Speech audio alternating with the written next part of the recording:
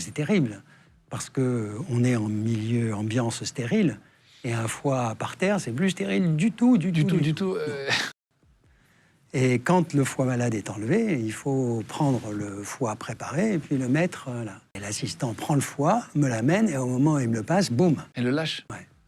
C'est terrible, parce qu'on est en milieu, ambiance stérile, et un foie par terre, c'est plus stérile du tout. Parce qu'en plus, il y a des... On peut attraper plein de choses à l'hôpital, les staphylocoques, etc. Il y a des germes partout. Ah, sidération.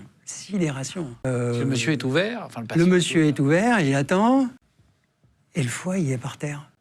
Qu'est-ce qu'on fait? Même le fait de se baisser pour le ramasser, c'est une ineptie. On n'a jamais ramassé un truc pour le mettre dans la...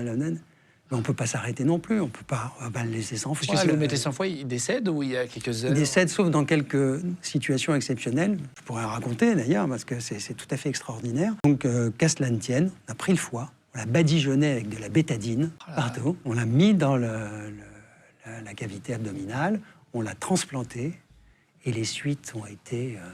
Parfaites. C'est vrai? C'est jamais rien passé. Vous êtes allé le voir le lendemain pour voir si tout allait bien? Oui, non, pas que le lendemain. 3 fois par jour, pendant une semaine, on dit « Vous allez bien? Vous êtes sûr? Vous allez bien ?» Et on prenait la température tout le temps, parce que ce qu'on redoute dans une greffe de foie, c'est l'infection de la suture de l'artère.